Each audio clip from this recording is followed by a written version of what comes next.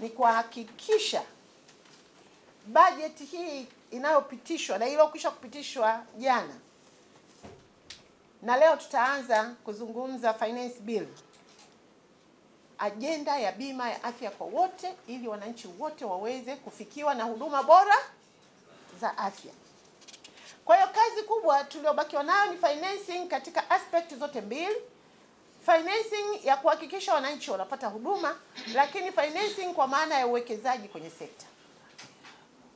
Kwa hiyo ndugu zangu, huduma ambazo zimetajwa kwenye mkataba huu zinaendana na sera na miongozo mbalimbali ya uendeshaji wa shughuli za afya nchini, ushauri wa kitaalamu kuhusu uendeshaji wa shughuli za afya, masuala ya chanjo, vyeti vya usajili wa kitaaluma, leseni za kitaaluma, vibali mbalimbali, taarifa za sekta ya afya, mikataba ya kimataifa ambayo tumeingia nayo na mikataba mingine ya humu ndani, na huduma nyingine nyinginezo.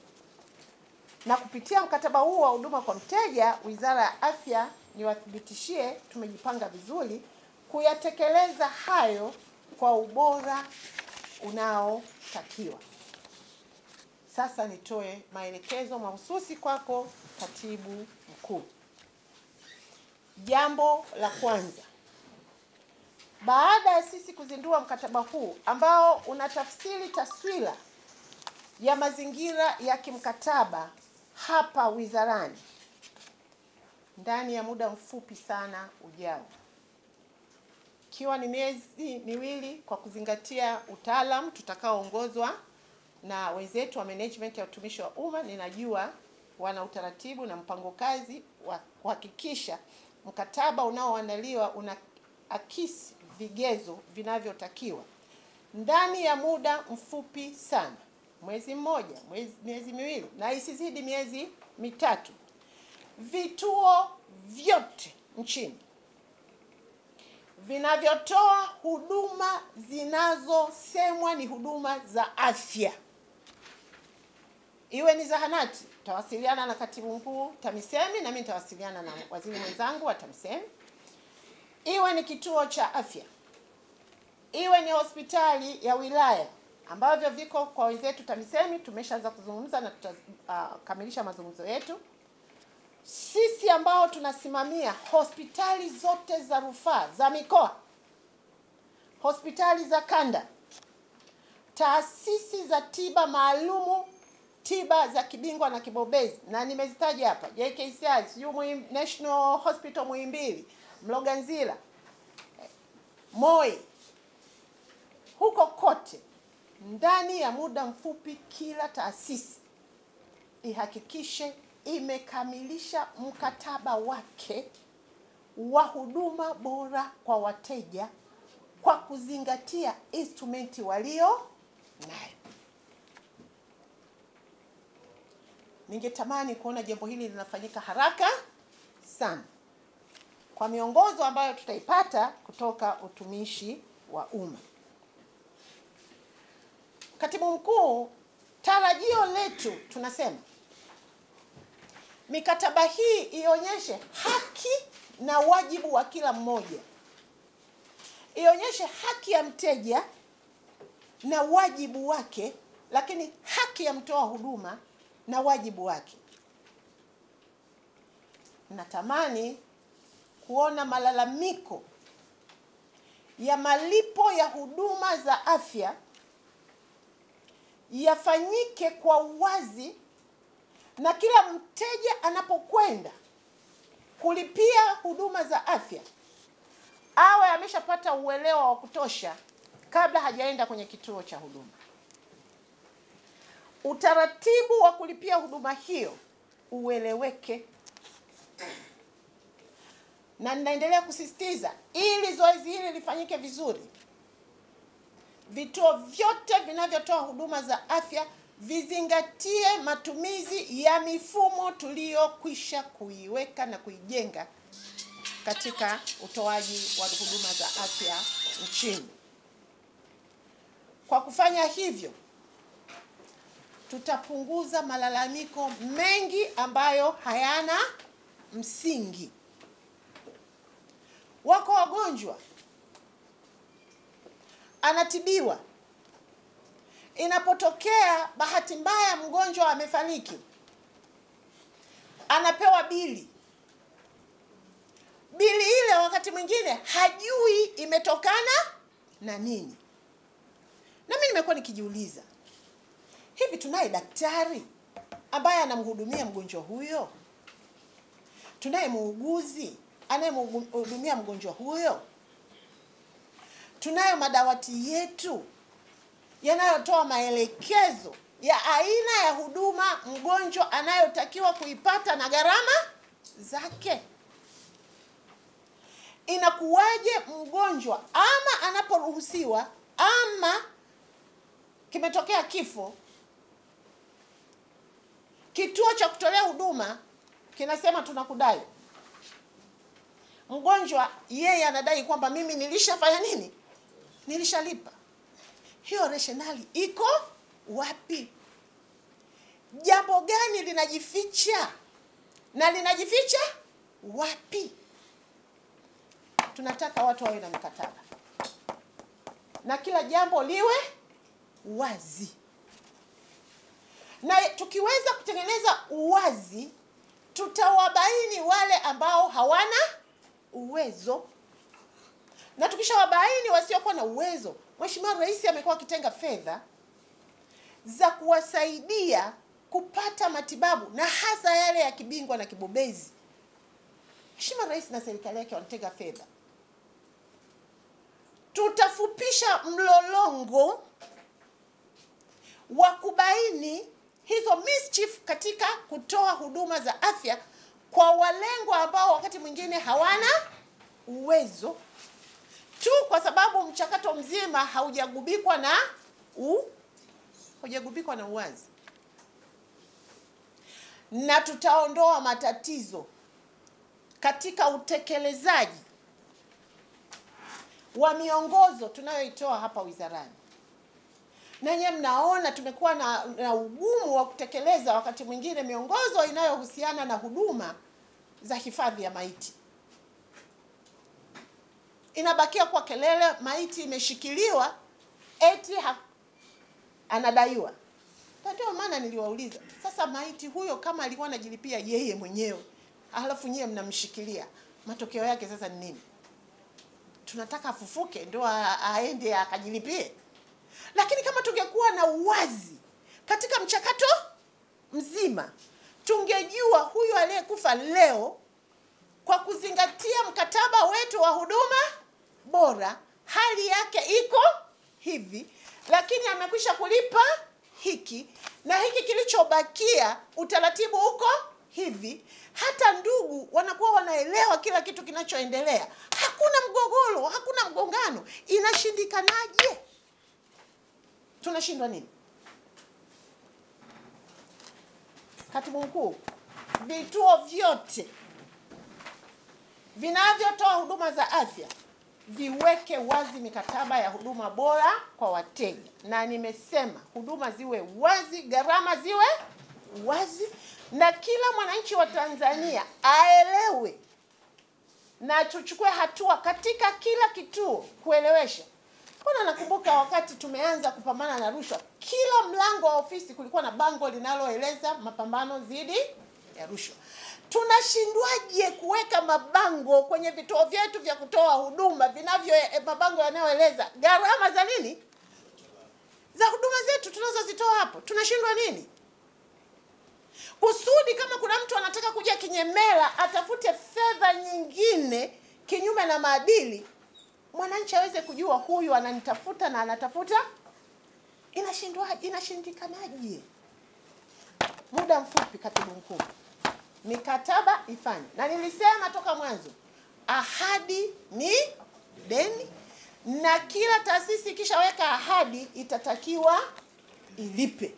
Na ahadi sisi kwenye utoaji wa huduma bora za afya ni kuhakikisha Watanzania wanapata huduma bora kwa viwango vinavyotakiwa. Tunashindwa nini kuwa na bango la kueleza aina za dawa zilizokolewa kwenye kituo?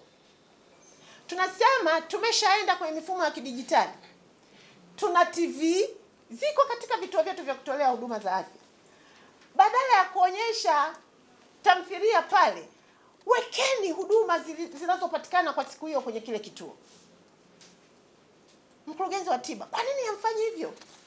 Weka pale kwenye screen tarehe ya leo, huduma zinazopatikana hapa.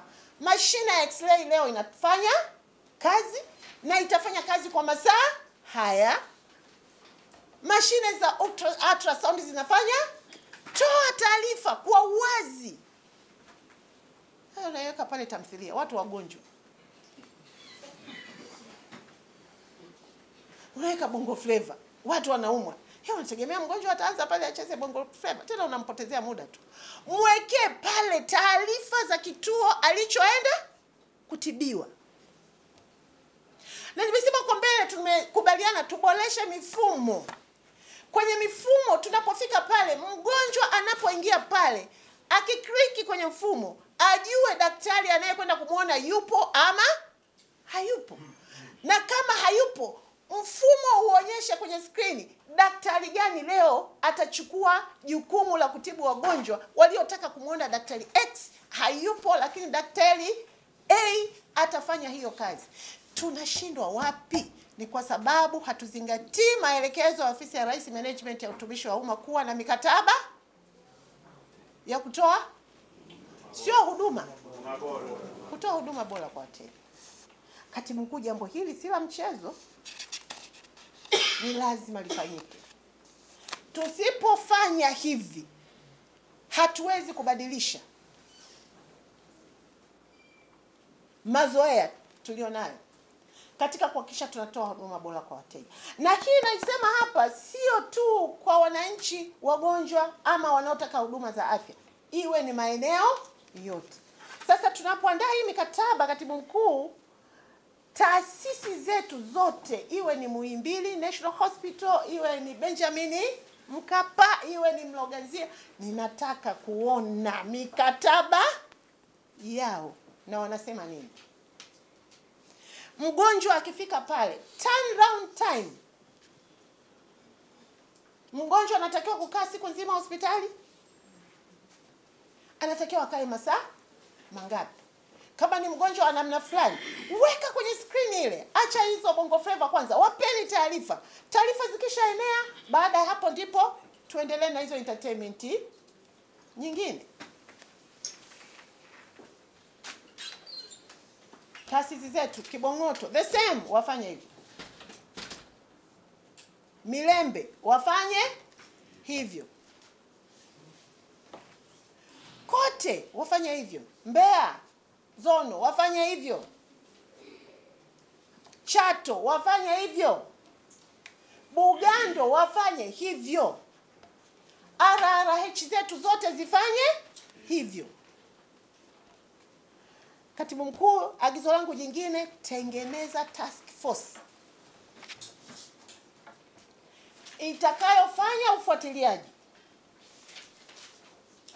kuhakikisha maelekezo ya utengenezaji wa mikataba ya huduma bora kwa wateja kwenye vituo vyetu vyote. Agizo hili limetekelezwa, lakini sio kutekelezwa tu. Chini ya idara yetu ya monitoring and evaluation, mpe kazi ya nyongeza ya kufanya evaluation kama kila watu walichosaini kwenye mkataba wao kinafanya nini? Kinatekelezwa. Pamoja na kufuatilia mikataba hii yote, inasajiliwa Ofisi ya Rais Management ya Utumishi wa Umma. Katibu Mkuu, mikataba hiyo izingatie uadilifu. Tumeanza kuonyesha kwenye huu wa kwetu, hivyo vituo vingine vyote mikataba yao component ya uadilifu iwepo. Na uadilifu ni umahiri katika kutoa huduma za afya na huduma nyingine fungamanishi kwenye sekta ya afya. Mikataba yetu izingatie maadili yaliyoelezwa katika utendaji kazi wa kila taasisi. Na nimekuwa nikisema kila siku, bahati tulionayo kwenye sekta ya afya, kila sekta ndogo ambayo iko kwenye sekta ya afya, ikiwa ni manesi ama wauguzi, wana kiapo. Madaktari wana kiapo. Wafamasia nao wana kiapo nao wana kiapo. Watu wa maabara hawana kiapo wale? Wana kiapo. Halafu hawa wote tena katibu mkuu wanaapa mbele ya Mwenyezi Mungu. Sasa hiyo mikataba itafsiri aina ya kiapo cha kila sekta ndogo ndani ya sekta kuu ya afya. Mikataba izingatie ubunifu. Ziko changamoto na tunakubali ndani ya serikali yetu. Kwa ukubwa wa serikali hii, sio kweli kwamba leo sisi tumemaliza changamoto zote kwenye sekta ya afya. Haiwezekani. Sasa ni kipindi cha ubunifu. Tumekubaliana kwenye vipaumbele 10 vya wizara. Magonjwa yanayoigharimu sana serikali sasa hivi kwenye matibabu ni magonjwa yasiyoambukiza. Mgonjwa mmoja wa dialysis, usafishaji wa damu kwenye figo, anatumia zaidi ya milioni 28 kwa mwaka. Mgonjwa mmoja wa kansa anatumia sio chini ya milioni 11 kwa mwaka.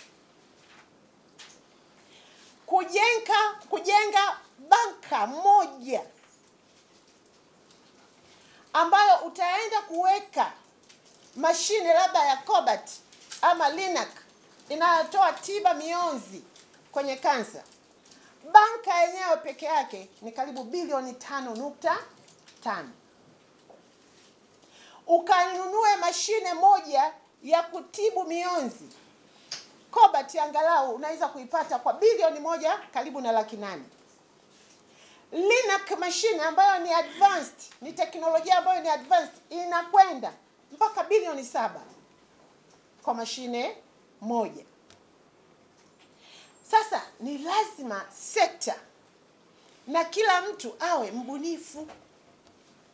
Na ubunifu wa kwanza katika kuhakikisha fedha kidogo tunayopata kwenye nchi ya kuhakikisha tunaokoa maisha ya Tanzania ni kuanza kusimamia mipango yetu na program zetu za kuzuia magonjwa haya. Na haya magonjwa yasiyoambukiza yanazuilika. Profesa Janabia ameukwaa huko udirector wa WHO Africa, lakini ametuachia urithi wa nidhamu katika matumizi ya chakula. Hiyo ni njia moja ya udhibiti wa haya magonjwa. Lakini matumizi sahihi ya vileo, pombe ambazo zimepitiliza, uvutaji wa sigara, kutokufanya mazoezi na vitu vingine. Kwa hiyo niombe tu sasa tuanze kuwa wabunifu. Wabunifu katika kinga, wabunifu katika tiba, wabunifu katika kuhandle matatizo ya kiafya nchini. Mikataba izingatie mashirikiano, na kama ilivyosema, sisi mkataba wetu huu ni lazima tushirikiane na sekta nyingine, afya, viwanda, kwa sababu tunaenda kusimamia viwanda vinavyozalisha vifaa tiba. Tunakagua ubora kupitia TMDA. Hao wote ni lazima wajiwekee mikataba kwa kuzingatia maelekezo ya mkataba tunaozindua leo. Tuweke mazingira bora ya kazi. Zile idara zote zinazosimamia rasilimali watu, katibu mkuu, ni lazima tujue kama rasilimali watu tutakayoitumia katika kuhakikisha ubora wa mkataba huu unafika kwenye viwango, ina changamoto zipi, ni lazima tuzifanyie kazi. Hatuwezi kuwa tumejipanga vifaa tiba, majengo na nini, viwanda vizuri vya kuzalisha dawa, lakini kama hatuna rasilimali watu inayoakisi matarajio hayo, hatutaweza. Tujue namna ya kufanya kazi kwa ubunifu kwenye mazingira yanayotuzunguka. Kwenye maeneo ya emergency tunafanya nini? Kwenye ICU tunafanya nini? Kwenye nyumba za kutolea huduma za wenzetu waliotangulia mbele za haki tunafanya nini? Watoto wafanyiwe nini? Akina mama wajawazito wafanyiwe nini? Hii Katibu Mkuu, agizo langu la 9 ni kuhakikisha mabaraza yote yanayosimamia taaluma, yanayosimamia nidhamu kwenye sekta na vyama vyote vya kitaaluma na vyenyewe vijiwekee utaratibu wa kuhakikisha vinatengeneza operational standards za utoaji wa huduma bora kimkataba. Ndugu zangu, mwisho lakini sio mwisho kabisa, ni matarajio yangu kuwa mkataba huu tunaoanza nao leo kwenye wizara utasaidia kujenga, kuimarisha zaidi mahusiano mazuri baina ya Wizara ya Afya na wateja wake. Lakini mkataba huu utasaidia sasa kuchagiza uwepo wa mikataba mingine ya kisekta ndogo ndogo ndani ya sekta kubwa ya afya, kwa maana ya taasisi zetu na vituo vyetu vyote vinavyotoa huduma za afya. Tujipange kupokea maoni ya huduma hizi, na toka mwanzo nilisema tunazo nyenzo ambazo wananchi wanaweza kuzitumia katika kutoa maoni yao, lakini vile vile kutoa ushauri. Lakini sio hivyo tu, na kuomba maelekezo ya ziada. Nimesema kupitia Ofisi ya Rais Management ya Utumishi wa Umma tuna mfumo wa mrejesho, lakini sisi wenyewe hapa tuna utaratibu wa kutumia simu janja, mobile app store, lakini tunayo msimbo na watu wanajua, lakini tunayo pia mifumo ya barua pepe na mifumo mingine ambayo Wizara ya Afya tumeizindua. Kwa mfano Afya Maoni Call, ambayo kupitia huko wanaweza kutusaidia kutoa maoni yao wananchi wetu. Kwa hiyo nimalize kwa kusema kwamba, ndugu zangu management, ninaomba tuongoze katika jambo hili kutoka ngazi ya wizara, lakini ni kiu yangu kuona tunashusha mikataba hii mpaka kwenye vituo na zahanati zote nchini, ili wananchi wa Tanzania waweze kupata huduma bora. Ndugu zangu waandishi wa habari, asanteni kwa kunisikiliza.